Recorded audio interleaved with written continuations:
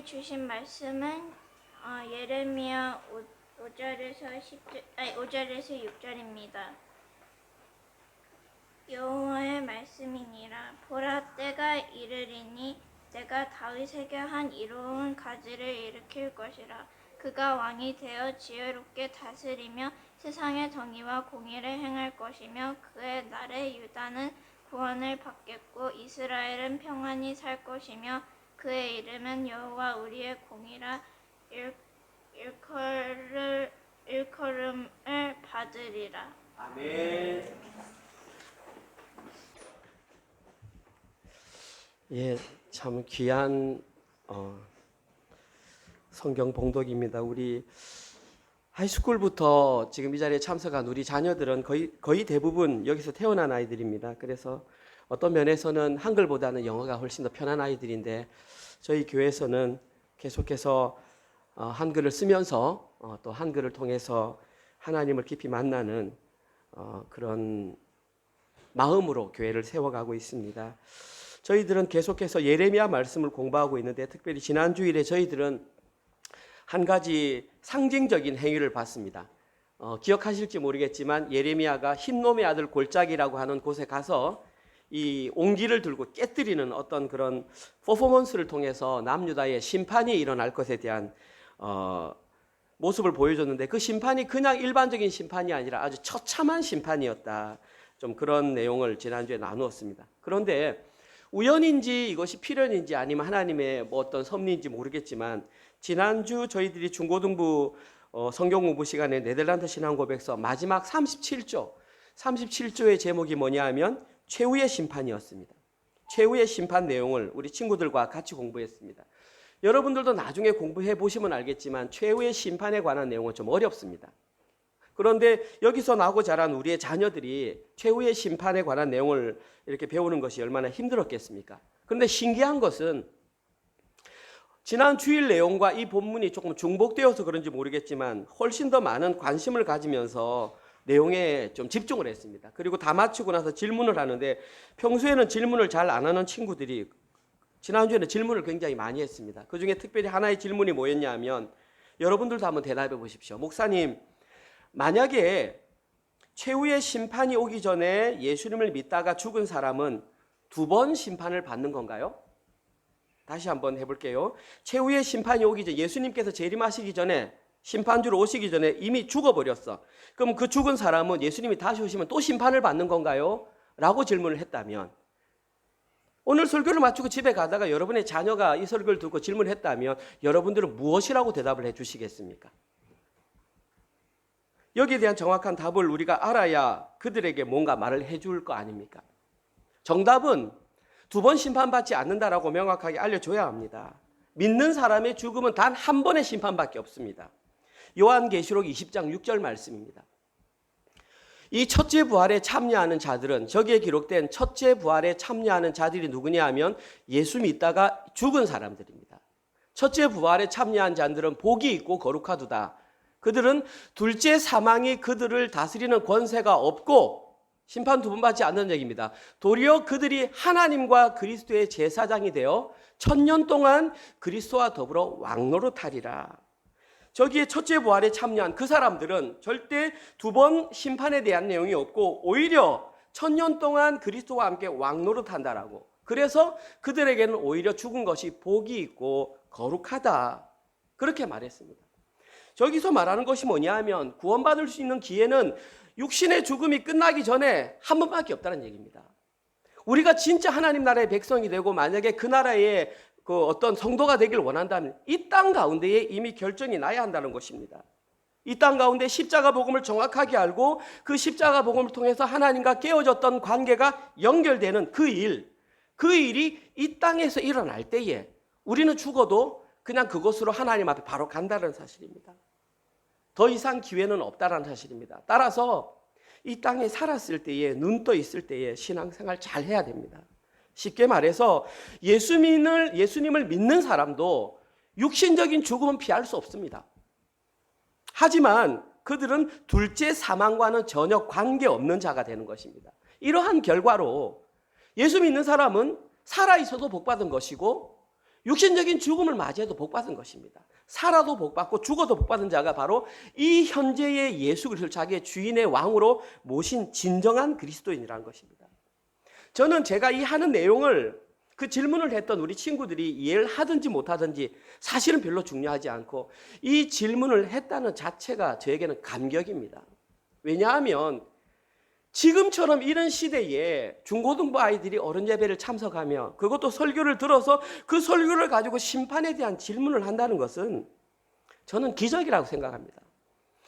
뉴스를 들으면 들을수록, 특별히 한국에 대한 소식을 들으면 들을수록 이 세대는 너무나 타락해져 가서 이제는 더 이상 믿음의 연장이 이루어지지 않는 시대가 되어버렸습니다. 지금 현재 대한민국의 청소년들의 기독교율이 1% 이하입니다. 세계 선교학적으로 어떤 종족이 그리스도를 믿느냐 안 믿느냐 그 기준은 1%인데 1%보다 떨어지는 종족을 미전도 종족이라고 합니다. 따라서 대한민국의 청소년들은 미전도 종족입니다. 저희들이 학교 다닐 때 교실에 앉아 있으면 예수 믿는 아이들이 3, 40명은 충분히 기꺼이 넘었습니다. 지금 교실에 가서 예수 믿는 아이 손 들으라 그러면 한 명이 손을 안 든다는 얘기입니다. 이것이 대한민국의 현실이고 곧 우리 시드니 한인교회 현실인데, 이러한 상황 가운데에 아이가 2번 죽는 게 심판이에요 라고 질문을 하는 것은 기적이라는 것입니다. 사랑하는 우리 성인 성도님들은 심판에 대해서, 종말에 관해서 얼마나 많이 관심이 있으십니까? 저는 지난 주일날 온기를 깨뜨린 자는 반드시 2가지 관심이 나타나게 되어 있다. 첫 번째, 종말론적인 신앙관을 가지게 되어 있다. 두 번째, 성경에 대한 객관적인 신앙관을 가지게 되어 있다 말씀드렸습니다. 그렇다면 우리가 진짜 그리스도인이라면 반드시 종말에 대한 관심을 가지고 살아야 한다는 것입니다. 하나님이 나의 왕이요 나의 주인이요 창조주고 내가 그의 백성이고 그의 양이고 그의 피조물인 것을 인정하는 사람은 반드시 종말적인 신앙을 가지고 하루하루 살아야 됩니다. 그런데 오늘 본문에는 이 땅에서는 큰 부귀영화를 누렸지만 종말에 대한 관심을 갖지 못함으로 자기에게 주어진 역할에 충실하지 못해서 처참하게 심판받았던 어떤 사람에 대한 내용이 오늘 본문 내용입니다. 이 내용을 들으면서 우리의 내용으로 받았으면 좋겠습니다. 오늘 본문은 크게 2가지로 나누어집니다. 주보를 보시면 첫 번째, 가짜 시드기야에 대한 내용이 기록되어 있습니다. 누가 가짜 시드기야인지 한번 살펴보겠습니다. 이 내용은 오늘로 시작되는 것이 아니라 수요일 본문부터 시작됩니다. 수요일 본문은 예레미야 21장 1절부터 시작되었습니다. 그때에 이 내용이 이미 시작되었습니다. 여호와께로부터 예레미야에게 말씀이 임하니라. 시드기야 왕은 남유다의 마지막 왕입니다. 우리 조선으로 따진다면 태정태세 문단세에 의해서 고종 순종에 해당하는 사람이 바로 시드기야 왕입니다. 시드기야 왕이 왕으로 재위한 것은 BC 597년부터 BC 586년에 멸망했으니까 만으로 약 10년 정도 다스리다가 멸망했습니다. 그런데 그때에 시드기야 왕이 말기야의 아들 바술과 제사장 마아세야의 아들 스바냐를 예레미야에게 보냈습니다. 왜 보냈느냐 하면 바벨론의 느부갓네살 왕이 우리를 쳤다, 공격을 했다. 그래서 청하건대 너는 우리를 위하여 여호와께 간구하라. 그들이 우리를 공격하지 못하도록 기도해달라. 여호와께서 혹시 그의 모든 기적으로 우리를 도와 행하시면 그가 우리를 떠나리라. 혹시 그러지 않습니까? 하나님을 신뢰하는 믿음은 1%도 없습니다. 이미 예레미야가 피 터지게 돌아오라 슈브를 외쳤지만 꼼짝하지 않다가 이제 딱 죽게 되니까 그 마지막 상황에 연도로 따지면 BC 568년 경이라고 추측이 됩니다. 그때에 도움을 외쳤을 때 하나님께서는 그에게 내린 대답은 이미 심판은 시작되었다. 그리고 하나님께서는 남유다의 심판이 시작된 이유를 이렇게 밝히고 있습니다. 예레미야 21장 14절. 내가 하나님께서 너희 행위대로 너희를 벌할 것이요. 남유다가 멸망하게 된 결정적인 이유는 그들의 행위로 인해서 그들은 멸망을 받을 것입니다. 내가 또 수풀에 불을 놓아 그 모든 주위를 사르리라. 여호와의 말씀이니라. 무서운 심판의 얘기입니다. 어쩌면 우리에게 해당될 수 있는 내용, 그리고 목요일, 금요일, 토요일, 어제 본문까지 계속해서 나온 것은 유다의 마지막 왕에 해당하는 그 4명이 어떤 죄악과 어떤 최후를 맞이했는지 그 내용이 묵상 내용이었습니다. 시간 관계상 읽지는 않겠습니다. 요절만 말씀드립니다. 예레미야 22장 10절에서 12절에서는 여호아스라고 하는 왕, 우리 성경에는 살룸이라고 나왔습니다. 요시야 왕의 네 번째 아들이었습니다. 근데 3개월만 왕되고 죽어버렸습니다. 그 다음에 예레미야 22장 13절에서 19절, 그 다음 왕이 되었던 사람이 여호야김, 세 번째 아들, 둘째 아들이었습니다. 요시야의 둘째 아들. 그 다음에 예레미야 22장 24절에서 30절, 여호야긴은 여호야김의 아들입니다. 3개월 다스리다가 바벨론에 끌려갔습니다. 그 다음에 기록된 왕이 시드기야 왕입니다. 오늘 본문에 도움을 요청했던. 그래서 오늘 본문 1절과 2절에 기록된 내용은 남유다의 마지막 왕이었던 시드기야 왕의 죄악이라고 볼 수 있습니다. 오늘 본문 1절과 2절입니다. 여호와의 말씀이니라. 내가 내 목장의 양떼를 멸하며 흩어지게 하는 목자 시드기야 왕에게 화가 있으리라. 그러므로 이스라엘의 하나님 여호와께서 내 백성을 기르는 목자 시드기야에게 이와 같이 말씀하시니라. 너희가 내 양떼를 흩으며 그것을 몰아내고 돌보지 아니하였도다. 보라, 내가 너희의 악행 때문에 너희에게 보응하리라. 여호와의 말씀이니라. 지금 방금 읽었던 이 1절과 2절에는 시드기야가 왜 멸망할 수밖에 없는지 그 내용이 세 가지 이유로 기록되어 있습니다. 첫 번째 1절에서 시드기야가 멸망할 수 있던 이유는 내 목장의 양떼를 멸했기 때문입니다. 여기에 멸하다라는 단어는 그대로입니다. 원어 뜻도 마찬가지입니다. 멸망하다, 죽다, 사라지다. 근데 문제는 저게 사역형으로 사용되었다는 것입니다. 그래서 그걸 원어 그대로 번역을 하면 네가 죽게 만들었다. 네가 멸망하게 만들었다. 너는 남유다의 왕이 되었으면서 불구하고 목자가 되었으면서 그들을 이끌어야 함에도 불구하고 그들을 죽게 만들었기 때문에 너는 멸망할 수밖에 없다. 첫 번째 이유. 두 번째 이유는 바로 뒤에 나와 있는 흩어지게입니다. 그 1절 뒤에 흩어지게가 있죠. 2절에도 보면 내 양떼를 흩으며, 두 가지가 같은 원어입니다. 그 단어가 몰아내다, 쫓아내다, 추방하다 이런 뜻입니다. 그래서 그 뒤에 보면 그것을 몰아내고, 이 단어는 다른 단어지만 의미상 똑같습니다. 그래서 하나로 묶으면 시드기야가 멸망할 수밖에 없던 두 번째 이유는 그 목자를 흩어버렸다. 다시 말해서 포로로 가도록 허락해버렸다. 그렇게 가도록 몰아내버렸다. 지금 이 이유 때문에 시드기야는 멸망할 수밖에 없다. 어떻게 시드기야가 보냈겠습니까? 그러나 그 당시의 왕이 시드기야였다는 것입니다. 이것이 지도자의 중요성입니다. 지도자가 어떻게 하느냐에 따라서 그 민족이 왔다 갔다 하고, 나라의, 우리 대한민국의 지도자도 중요하고 호주의 지도자도 중요하지만 우리 교회의 지도자도 중요합니다. 그래서 오늘 장사부님이 기도하셨지만 셀 리더가 그렇게 중요한 것입니다. 셀 리더가 굳건히 서야 우리 교회가 하나님이 원하시는 방향으로 갈 수 있습니다. 이것이 시드기야가 멸망했던 두 번째 이유입니다. 마지막 세 번째 이유는 그 뒤에 나와 있습니다. 돌보지 아니하였도다. 세 번째 이유는 그 양을 돌보지 아니했기 때문입니다. 이거는 어렵지만 말합니다. 히브리어가 파가드라고 합니다. 어렵지만 그냥 들어보시면 됩니다. 돌보지 아니하였다, 돌보다라는 단어가 파가드. 원래 뜻은 뭐냐 하면 숫자를 계수하다, 파가드. 돌보다, 파가드. 누군가를 방문하다, 파가드. 누구를 임명하다, 파가드. 뜻이 다 다릅니다.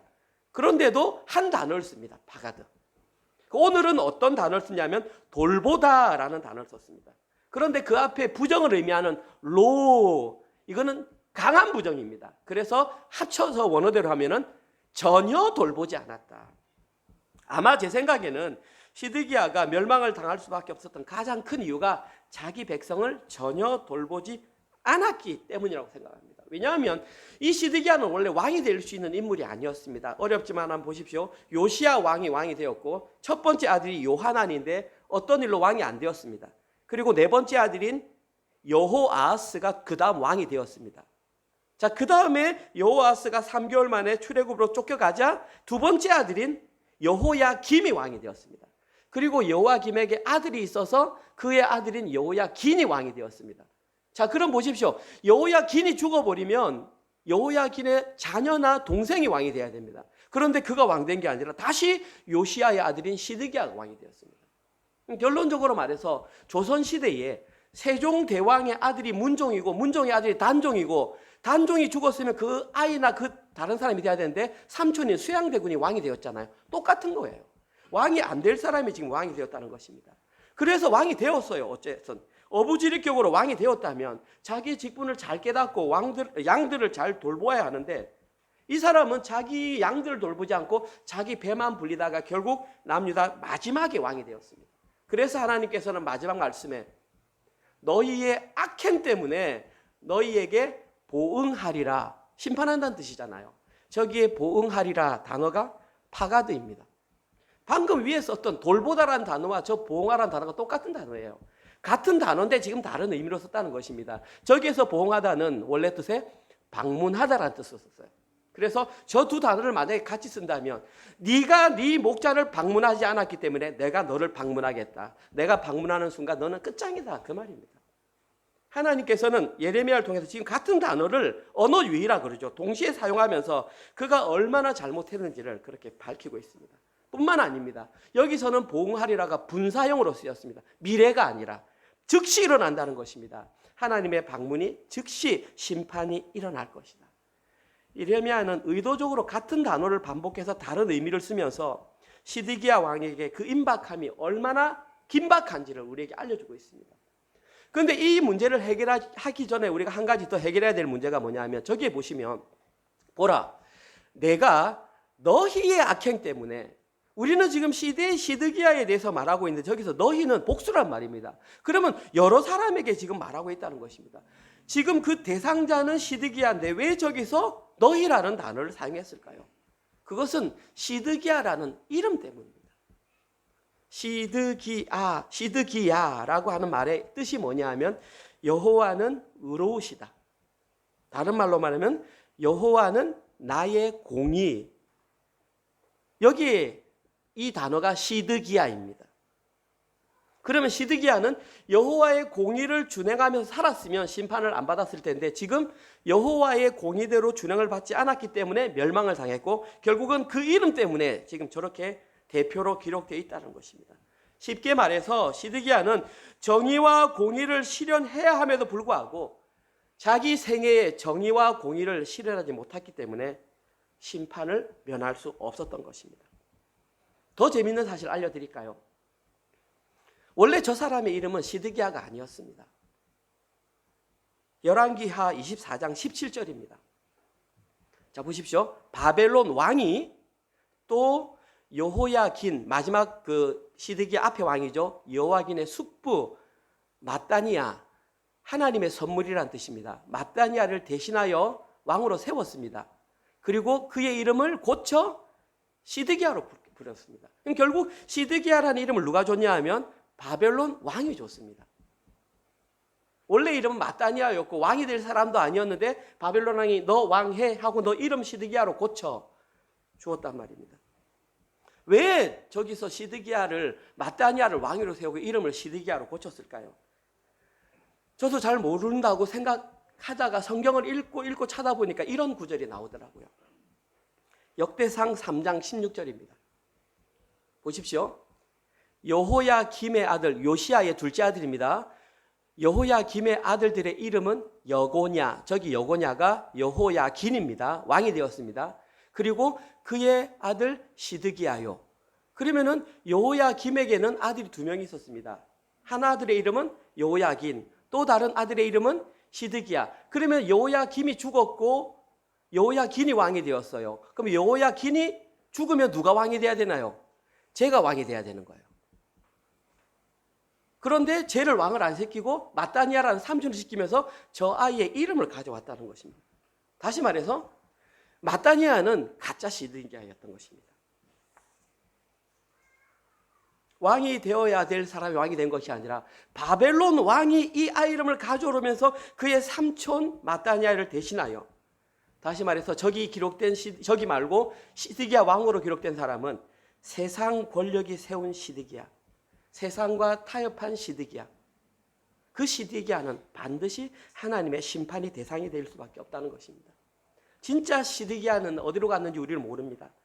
그러나 가짜 시드기야 왕이 되었지만 그 가짜 시드기야가 만약에 정의와 공의를 행했다면 심판을 안 받았겠지만 그는 자기 역할을 감당하지 못함으로 하나님의 심판의 대상이 되고 말았습니다.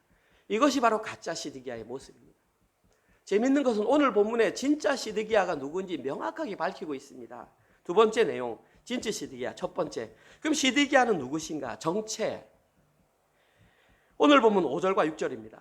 여기에는 시드기야가 누군지 밝힙니다. 그런데 이 세 가지 조건을 맞추어야 진짜 시드기야입니다. 여러분 세 가지 조건을 찾아보십시오. 첫 번째, 여호와의 말씀이니라. 보라, 때가 이르리니 내가 다윗에게 한 의로운 가지를 일으킬 것이요 그가 왕이 되어 지혜롭게 다스리며 세상에서 정의와 공의를 행할 것이며 그의 날에 유다는 구원을 받겠고 이스라엘은 평안히 살 것이며 그의 이름은 여호와 우리의 공의라 일컬음을 받으리라. 세 가지 조건 중에 첫 번째 조건, 반드시 그는 다윗의 의로운 가지로 태어나야 한다. 여기에 기록된 가지라는 원어의 뜻은 싹입니다. 싹. 성경에서 싹은 주로 후손을 말하고 따라서 진짜 시드기야는 반드시 다윗의 후손에서 육신적으로 다윗의 후손에서 태어나야 한다. 첫 번째 조건. 두 번째 조건, 그는 왕이 되어야 하는데 반드시 정의와 공의를 실현해야 한다. 저기에 기록된 정의라는 단어가 미시파트입니다. 심판하다, 재판하다, 법령을 내리다. 다시 말해서 세상을 통치하는 원리를 나타낼 때 정의라는 단어를 씁니다. 그 뒤에 나타난 공의라고 하는 단어의 뜻이 체다카입니다. 외울 필요가 있습니다. 체다카. 이 단어는 의로움, 공의, 의로운 행위. 올바르고 의로운 것은 다 저기 체다카에 해당됩니다. 그런데 특별히 재미있는 것은 저 공의가 실현될 때에는 인격적인 변화가 동반되어 끊어졌던 관계가 회복되는 역할을 할 때에 그것이 공의입니다. 끊어졌던 관계가 다시 실현되는, 회복되는 현상을 나타낼 때에, 그리고 그것이 회복될 때에 나타나는 것이 6절 초반부에 반드시 그가 회복하면 구원이 발생합니다. 두 번째, 그와 함께 살면 평안히 살게 된다. 평안히 살다라는 원어 뜻은 안전하다, 안심하다 이런 뜻입니다. 자, 제가 두 가지 조건만 말씀드렸습니다. 반드시 다윗의 조건에 놔야 됩니다. 그는 정의와 공의를 실현해야 됩니다. 그리고 그와 함께 살면 구원을 받고 편안해 살 수 있습니다. 이 진짜 시드기야가 누군지 제가 대답을 안 해드려도 다 이미 상상을 하셨을 것입니다. 세 번째, 그의 조건은 그의 이름은 여호와 우리의 공의라 불려야 한다라고 세 번째 조건이 있습니다. 여호와 우리의 공의, 히브리어 그대로 하면 여호와 치드케누. 아까 저 치드케누가 뭐냐 하면 공의를 말할 때 체다카의 인칭이 붙은 겁니다. 여호와 치드케누. 그래서 저 이름을 사람으로 부를 때는 뒤에 야자를 붙여야 되기 때문에 체드키야, 치드키야, 시드기야입니다. 저 이름의 뜻이 시드기야입니다. 여호와 우리의 공의. 자, 그러면 여러분들은 제가 설명을 안 드려도 이제 진짜 시드기야가 다윗의 뿌리로 와야 하고 그는 정의와 공의를 행해서 구원을 이루고 그의 이름은 여호와 우리의 공의다. 그럼 그분은 누구일까요? 그분은 당연히 예수님이죠. 이게 구약에 나타난 십자가 복음입니다. 자, 이제 진짜 시드기야가 나타났으니까 아까 여호야긴의 동생 시드기야가 왜 죽었는 줄 알겠죠? 시드기야가 왕이 되었으면 저 일이 없다는 겁니다. 그는 사라져야 할 존재입니다. 이 땅 가운데에 예수님을 드러내고 살아야 할 존재, 세례 요한과 같은 존재. 그가 사라져야 진짜 시드기야가 저렇게 나타나죠. 그가 하나님의 공의인 것은 사도 바울이 이렇게 나타내고 있습니다. 로마서 3장 21절에서 24절. 저희들이 로마서를 묵상했습니다. 이제는 율법 외에 하나님의 한 의가 나타났으니, 시드기야가 나타났으니 율법과 선지자들에게 증거를 받은 것이라. 곧 예수 그리스도를 믿음으로 말미암아 모든 믿는 자에게 미치는 하나님의 의인이 차별이 없느니라. 모든 사람이 죄를 범하였으며 하나님의 영광에 이르지 못하더니 그리스도 예수 안에 있는 속량으로 말미암아 하나님의 은혜로 값없이 의롭다 하심을 얻은 자 되었느니라. 아멘. 이것보다 더 확실한 복음이 어디 있습니까? 바로 오늘 본문은 그 십자가 복음, 진짜 시드기야가 예수 그리스도 이름을 밝히고 있습니다. 그 예수 그리스도로 인하여 하나님의 의가 우리에게 전가되었고 예수 그리스도의 속량으로 말미암아 그 은혜가 우리에게 값없이 왔으므로 이제 너희들은 작은 시드기야가 되었다. 진짜 시드기야를 품은 자가 되었다라고 말하고 있습니다. 이것이 십자가 복음의 핵심이고 이제 너희는 그 삶을 살아내면 된다. 그 삶은 바로 정의와 공의를 행하는 삶이다. 오늘 본문의 핵심 내용입니다. 전체 두 번째, 그러면 이 진짜 시드기야가 이 땅에 와서 하는 역할은 무엇일까? 가짜 시드기야는 못했지만 진짜 시드기야가 할 수 있는 역할은 오늘 본문 3절과 4절에 나와 있습니다. 이제 여러분이 읽으셔도 이해합니다. 내가 내 양의 남은 것을, 저기 기록된 남은 것은 이스라엘 땅에 남은 사람이 아니라 저기 남은 것은 포로로 끌려간 사람들을 말합니다. 내가 내 양떼 가운데 포로로 끌려가서 남은 자들, 그들을 보십시오. 몰려갔던 모든 지방에서 모아 다시 그 우리, 양 우리를 말합니다. 우리로 돌아오게 하리니 그들의 생육이 번성할 것이며, 이 역할을 합니다. 두 번째, 내가 그들을 기르는 목자들을 그들 위해 세우리니 그들이 다시는 두려워하거나 놀라거나 잃어버림을 당하지 않는다. 여기에서는 두 가지 역할이 있습니다. 첫 번째는 방금 말했던 포로로 끌려갔던 자들을 다시 불러 모아 우리에 집어넣고 그들을 생육하고 번성해 하는 역할을 진짜 시드기야가 한다. 저는 여기 가운데 하나를 주목하고 싶습니다. 생육하고 번성하는 것이 무엇인가? 여기에 기록된 생육하고 번성한다는 것은 아담과 하와가 선악과를 따먹기 전에 하나님으로부터 받았던 첫 번째 명령입니다. 창세기 1장 27절 28절. 하나님이 자기 형상 곧 하나님의 형상대로 사람을 창조하시되 남자와 여자를 창조하시고 하나님이 그들에게 복을 주시며 하나님이 그들에게 이르시되 생육하고 번성하여 쭉쭉쭉. 하나님과 관계가 끊어지기 전에 그들이 받을 수 있던 복, 그것이 바로 생육하고 번성하는 복인데 포로로 잡혀갔다 왔던 자들에게 그 복을 주시겠다는 것입니다. 그럼 그 전제가 뭐냐면 그들은 끊어졌던 관계가 회복되었다는 것을 전제로 하고 있는 것이죠. 이것보다 큰 역할을 하는 사람이 없습니다. 그분을 통해서 예수 그리스도를 통해서 하나님과 관계가 연결되는 그 복이 실현된다라는 것입니다.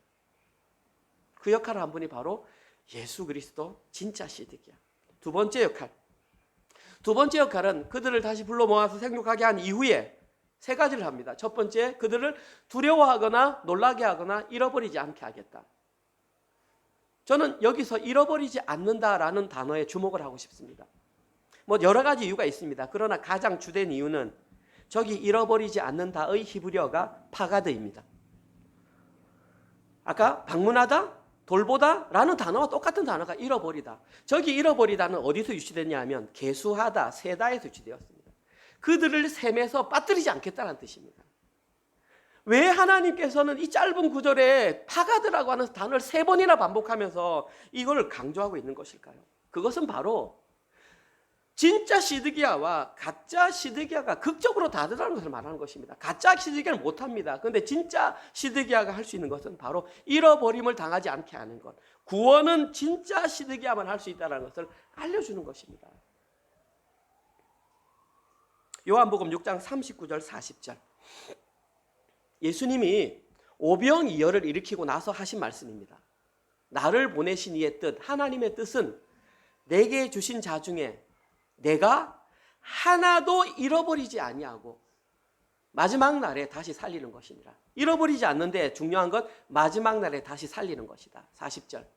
내 아버지의 뜻은 아들을 보고 믿는 자마다 영생을 얻는 이것이니 마지막 날에 내가 이를 다시 살리리라. 그럼 다시 말해서 아까 저기서 잃어버리지 않는 것이 저기 있는 영생과 같은 말이네요. 그리고 둘의 공통점은 마지막에 그를 다시 살린다. 이 역할을 하는 사람이 바로 진짜 시드기야. 왜 마지막에 달리 살릴까요? 하나님 끝까지 달려가서 자기의 자녀를 구해낸다는 뜻입니다. 그가 어디에 있든 무엇을 하든 내 자녀로 선택된 자에게는 잃어버림을 당하지 않는다. 그는 영생을 살도록 내가 만든다. 아까 처음 질문으로 따지면 그에게는 두 번째 심판이 없게 만들겠다. 누가? 진짜 시드기야. 그러니까 구원받은 사람이 교만할 수가 없고 자랑할 수가 없죠. 내가 한 것은 그냥 찾아짐을 당한 거예요. 그것을 내 입으로 믿습니다. 말한 거 외에 우리가 한 게 아무것도 없어요. 그러니까 구원받은 사람은 교만할 수가 없어요. 100% 교만한 사람은 다 구원 못 받은 사람들이에요. 우리는 그냥 이끄는 대로 우리 안에 들어가면 네 감사합니다 하고 우리 안에 들어가면 돼요. 그때에 너 30년만 살아? 네. 너 55세 살다 가? 예. 너는 특별한 은혜가 있어서 그냥 좀 짧게 살다 가야 되겠다? 예. 여기 살아도 하나님의 다스림을 받고 거기 살아도 하나님의 다스림을 받는데 이 땅에서 장수하는 것이 꼭 복이라고 말할 수는 없습니다. 이제 우리는 육신적 죽음과 상관이 없는 자들이 되었습니다. 무엇이 두렵냐는 거예요. 이 땅 가운데 죽음이 우리를 점령하지 못하는데 무엇을 두려워하냐고요. 살아도 감사하고 죽어도 감사한데 뭘 그래 벌벌 떨면서 사냐고요. 상관없이 사는 그 삶을 두 글자로 영생이라고 합니다. 과거도 상관없고 현재도 상관없고 미래도 상관없고 이미 내가 거기 사나 지금 여기 사나 나는 이 땅 가운데 영생을 사는데 내가 조금 더 살면 무엇이 집 조금 넓고 차 좀 큰 거 그거 외에 무엇이 상관없이 사는 그 사람이 바로 영생을 아는 사람. 그 사람의 마음속에는 진짜 시드기야인 예수 그리스도를 품은 사람. 마지막 세 번째. 그러면 그 진짜 시드기야 예수 그리스도 다스림을 받으면 어떤 결과가 있느냐? 오늘 보면 7절과 8절입니다. 그러므로 여호와의 말씀이니라. 보라 날이 이르리니 그들이 다시는 이스라엘 자손을 애굽 땅에서 인도해 내신 여호와의 사심으로 맹세하지 아니하고 이스라엘 집 자손을 북쪽 땅 바벨론입니다. 그 쫓아갔던 땅 나라에서 인도하여 내신 여호와의 사심으로 맹세할 것이며 그들이 자기 땅에 살리라. 결론적으로 다스림을 받는 결과는 그들이 자기 땅에 살게 되는 것입니다. 쫓겨났던 곳에서 돌아와서 자기 땅에 살게 되는 것, 구원을 말합니다. 인류 최대 위대한 사건. 이스라엘 백성들은 지금까지 바벨론이 있기 전까지 자기들이 생각했던 최대의 구원의 사건은 무엇이었습니까? 출애굽이었습니다. 7절에 보시면 그들이 다시는 이스라엘 자손을 애굽 땅에서 인도해 내신 출애굽하신 여호와의 사심으로 맹세하지 않고 이제는 출애굽의 하나님을 맹세하는 것이 아니라 그 다음에 8절 이스라엘 집 자손을 북쪽 땅 그 쫓겨났던 나라 출 바벨론에서 인도하신 그 여호와의 사심으로 맹세하겠다라고 말하는 것입니다. 그 이전까지는 출애굽이 최고의 큰 사건이었다면 이제는 출 바벨론이 구원의 최고의 사건이라고 이 소식을 들었던 이스라엘 백성은 깜짝 놀랄 것입니다. 어떻게 출애굽보다 더 큰 구원의 사건이 있을 수 있어? 그러나 하나님께서는 그렇게 말씀하셨습니다. 출 바벨론 사건이 출애굽 사건보다 더 큰 구원을 너희들에게 알려줄 것이다. 왜 그랬을까요? 예레미야는 왜 이런 충격적인 선포를 했던 것일까요? 여기에는 분명한 출애굽과 출 바벨론의 차이가 있기 때문입니다. 출애굽과 출 바벨론의 공통점은 둘 다 구원이라는 것을 상징하는 공통점이 있습니다. 차이점은 뭐냐 하면 오늘 보면 서두에서 말했던 것처럼 출 바벨론에는 바벨론을 가기 위해서는 무엇이 있어야 됩니까? 포로로 잡혀야 됩니다. 포로로 잡히기 위해서는 어떤 일이 있어야 됩니까? 항복을 해야 합니다. 그들은 포로로 잡혀간 경험, 다시 말해서 항복을 한 경험이 있는 자들이 바로 출 바벨론을 경험한 자라는 것입니다.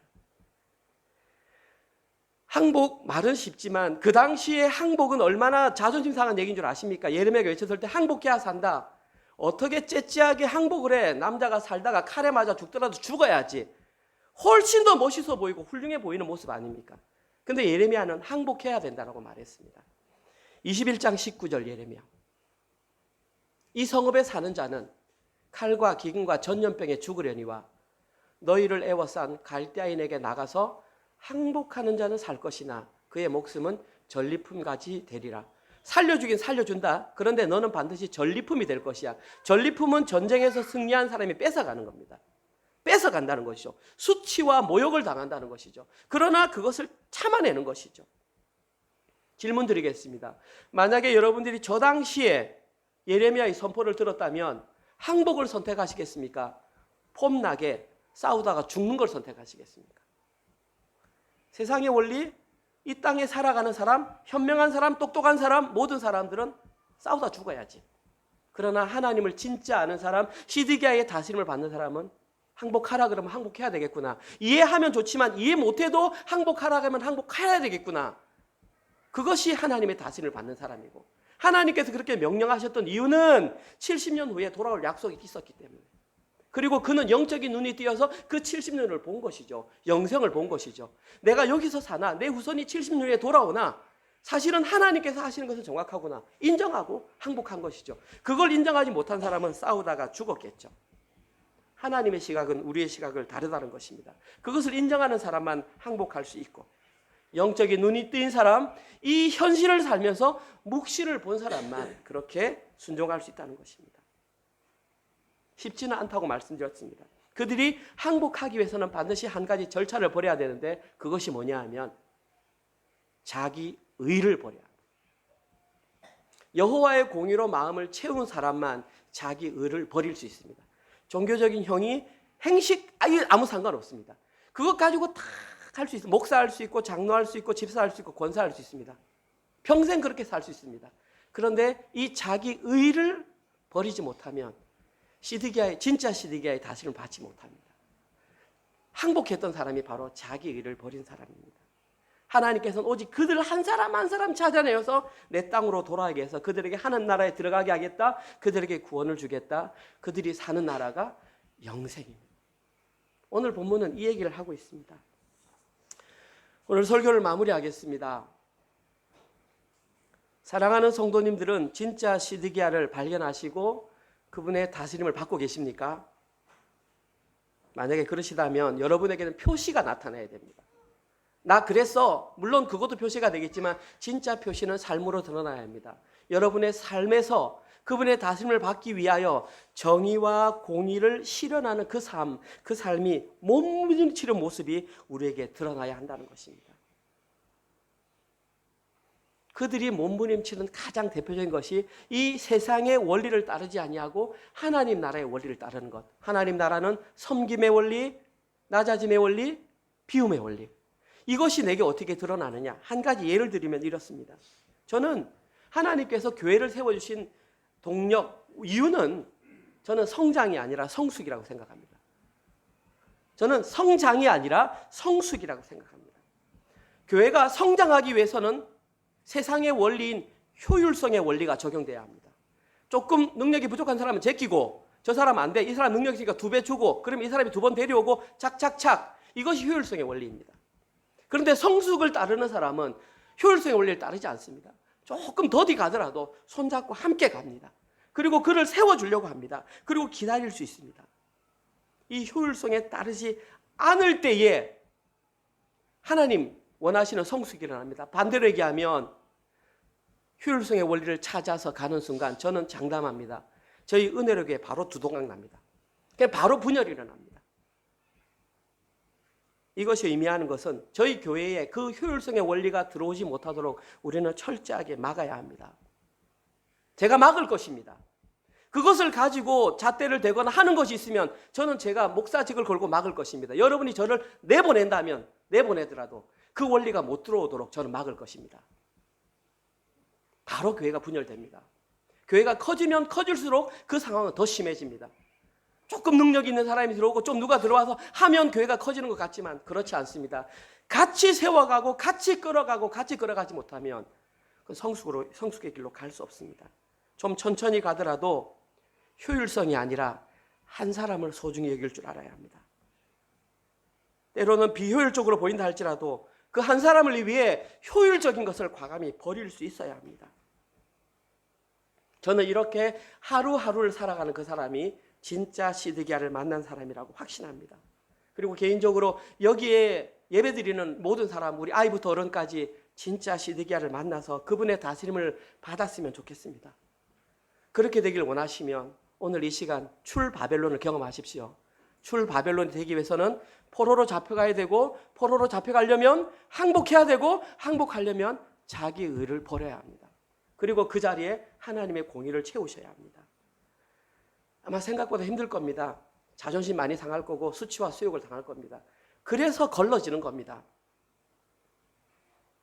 그래도 옆에서 서로 격려하면서 세워주면서 예수님 오시는 날까지 그 길을 함께 걸어가시기를 주님의 이름으로 축복합니다.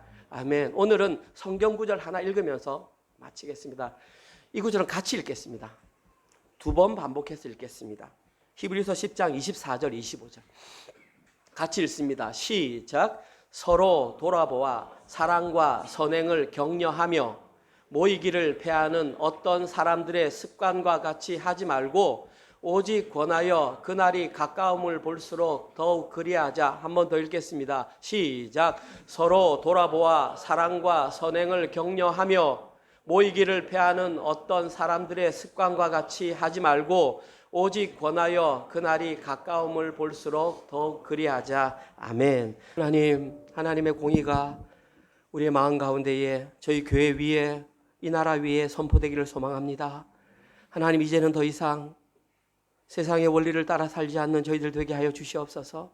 눈에 보이는 것에 현혹되지 말게 하시고 영적인 눈을 떠서 하나님의 묵시를 바라보며 하나님께서 우리에게 알려주신 그 길을 묵묵히 걸어가는 저희들 되게 하여 주시옵소서. 그러하기 위해서는 하나님, 우리가 먼저 포로가 되어야 하며 우리가 먼저 항복을 경험해야 하며 우리의 삶을 통해서 철저하게 자기 의를 잃어버리는 경험을 해야 합니다. 하나님, 그 과정이 비록 아프고 힘들다 할지라도 하나님, 이 자리에 모인 우리 사랑하는 모든 은혜로 성도들 그 길을 걸어갈 수 있도록 도와주시옵소서. 특별히 우리 사랑하는 청년들과 청소년들 그리고 우리의 자녀들이 세상의 것에 눈을 감게 하시고 오직 주님의 십자가 복음에만 눈을 떠서 이 땅 가운데 희귀종이 된다 할지라도 그 길을 걸어가는 우리의 자녀들에게 인도하여 주시옵소서. 그리하여서 세상으로부터 온갖 수모와 온갖 어려움과 온갖 비난을 받는다 할지라도 두려워하지 말게 하시고 이 마지막 때에 그 길을 묵묵히 걸어가는 저희들 자녀들 되게 하여 주시옵소서. 하나님, 이제는 진짜 말세지마를 맞이하여 하나님께서 내일 당장 오셔도 조금도 이상할 것이 없는 그러한 시대를 살아가고 있습니다. 지금 흔들리지 말게 하시고 마지막까지 하나님의 공의 우리 마음속에 붙잡고 십자가 복음으로 현실의 삶을 살아가는 저희들 주님 되게 하여 주시옵소서. 그러한 마음으로 하나님께서 한 주간 동안 저희들에게 허락하셨던 직장과 사업체와 또 여러 가지 많은 일들 통하여 벌어들인 수입을 하나님께 11조와 주정헌금과 감사헌금 그리고 각종 헌금으로 하나님께 올려드렸습니다. 이 헌금이 사용되는 곳곳마다 오직 하나님의 공의가 실현되는 것을 우리가 볼 수 있도록 주님 인도하여 주시옵소서. 이제는 우리 주 예수 그리스도의 은혜와 하나님의 사랑하심과 성령님의 위로교통 감화 깨닫게 하심이 세상이 가는 길을 따라가지 아니하며 오직 마음에 하나님의 공의를 품고 항복의 길을 선택하며 자기 의를 버리고 주님의 뒤를 따라가기로 결단하는 사랑하는 은혜로 교회 성도들 머리 위와 지금 이 시간에도 세계 곳곳에 흩어져서 자기의 목숨을 버리고 주의 복음을 증거하기 헌신하는 사랑하는 선교사님들과 그들의 사역과 그들의 가정과 그들의 자녀들 머리 위에 지금부터 영원토록 함께 있을지어다. 아멘.